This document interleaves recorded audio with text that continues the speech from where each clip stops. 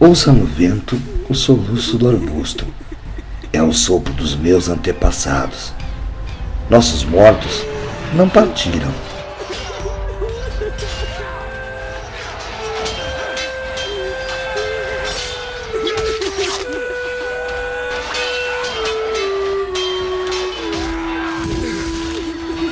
Estão na densa sombra. Os mortos não estão sobre a terra. Estão na árvore que se agita, na madeira que geme. Estão na água que flui, na água que dorme. Estão na cabana, na multidão. Os mortos não morreram. Nossos mortos não partiram. Estão no ventre da mulher, no choro do bebê e no tronco que queima. Os mortos não estão sobre a terra.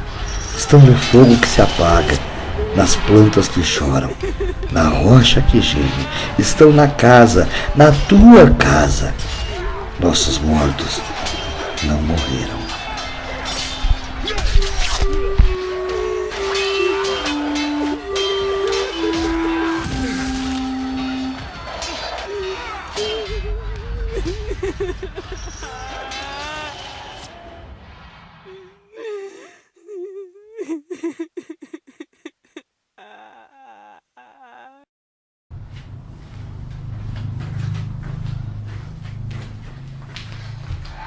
Bate, desculpa, tu tava aí?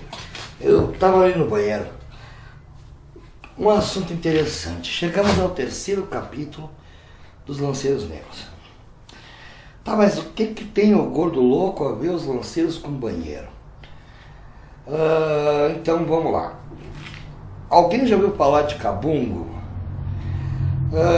No início do século XX e anterior a isso, não existia esse planejamento de saneamento básico que a gente tem hoje, né? Não tinha fossa séptica, não tinha rede de esgoto, não tinha isso.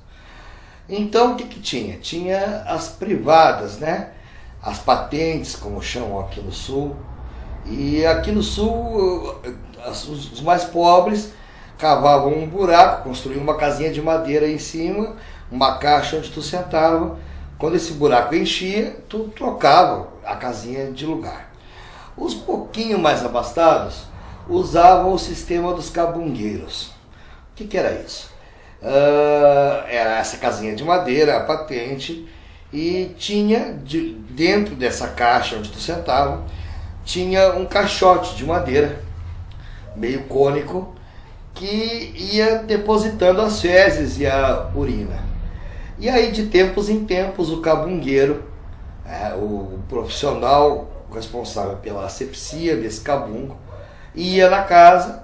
Aqui no Sul usavam carroças, e aí tirava o cabungo, colocava numa carroça, despachava aquele resíduo fecal e depois limpava, fazia toda a asepsia, colocava na patente de novo limpinho. Tá, mas ainda eu não entendi o que isso tem a ver com os lanceiros negros. Já chegamos aí. Depois da noite fatídica de Porongos, do dia 14, nem todos os lanceiros foram mortos. E aí eu não sei se foi sorte deles ou azar. Porque eu acho que uma sorte pior esperava eles do que morrer naquela noite. Os que sobraram foram vendidos de novo como escravos para o Rio de Janeiro. No Rio, o destino deles foi 2. O arsenal de guerra do Império e o hospital militar do Império. O hospital militar, na época, era no Morro do Castelo. E era todos dois, tanto o arsenal de guerra quanto o hospital militar, eram movidos à base de cabungo. Então esses negros que foram vendidos para lá, carregavam nas costas, em vez de usar a carroça como aqui no Sul, desculpa, carregavam nas costas aquele cabungo até o mar, onde limpavam e traziam de volta. E aí surgem os negros tigre. Com o passar do tempo, o escorrer das fezes e a amônia presente nas fezes foi criando ulcerações, feridas, queimaduras da amônia e o descoloramento da pele das costas desses negros, deixando elas tigradas. Daí o nome negros tigre. Então, vamos recapitular essa história. Tu vem pra cá, ou tu nasce aqui como escravizado. Um homem, lembra dos outros capítulos? Sem direito a um nome de origem, sem direito à religião de origem, sem direito à língua pátria, sem direito a nada, sem direito a constituir família. As mulheres, os filhos que tinham não era delas, eram dos senhores, e poderiam ser vendidos, sacrificados, dados ao bel prazer desses senhores. De repente, no meio desse caos, surge a proposta dos farrapos, né? De quem lutasse por eles alcançaria a liberdade. E aí tu volta a sonhar. Tu volta a sonhar num contexto em que tu vai ser livre, tu vai poder ter a tua família, os teus filhos, e vamos sonhar mais, um pedacinho de terra onde tu possa ter uma plantação de subsistência. Na noite de 14, isso acaba. Esse sonho acaba. Num banho de sangue. E aí, tchê, tu tem muita sorte e tu sobrevive. E aí tu é vendido de novo como escravo. Dessa vez para uma outra região do país. E para um trabalho degradante e desgastante, que é cabungueiro. A ponto de criar um estigma social e físico que tu vira um negro tigre. As tuas costas manchadas eternamente, como o nosso grande amigo e irmão Mauro Bukowski gosta do termo ad eterno, pela amônia das fezes dos outros. O estigma social, porque não é difícil de se imaginar que essa pobre gente era excluída da sociedade até mais pobre da época. Eles estavam muito abaixo do que hoje se chama a linha da pobreza. Né? Imagina, gente, o cheiro incrustado na pele dessa gente que não tinha banho que tirasse. Esse foi o presente para aqueles que lutaram tão bravamente pela República Farrapo. E aí vocês vão de dizer, mas isso não é culpa dos farrapos. Ora, se esses negros estavam a serviço da República Farrapo, se esses negros combateram naquela noite sem armas em prol da República Farrapo, o lógico, o racional, o decente seria que os heróis farrapos dissessem, bom, esses que sobraram livres, não, vamos vender essa negrada para bem longe, para extinguir de vez esse grito de liberdade. Aqui no Sul existe um termo que até por muitos gaúchos não é conhecido, que é o redomão. Redomão é aquele cavalo chucro que nunca foi domado e que não aceita doma, em hipótese nenhuma. Ele vai morrer sem doma. Ele é redomão.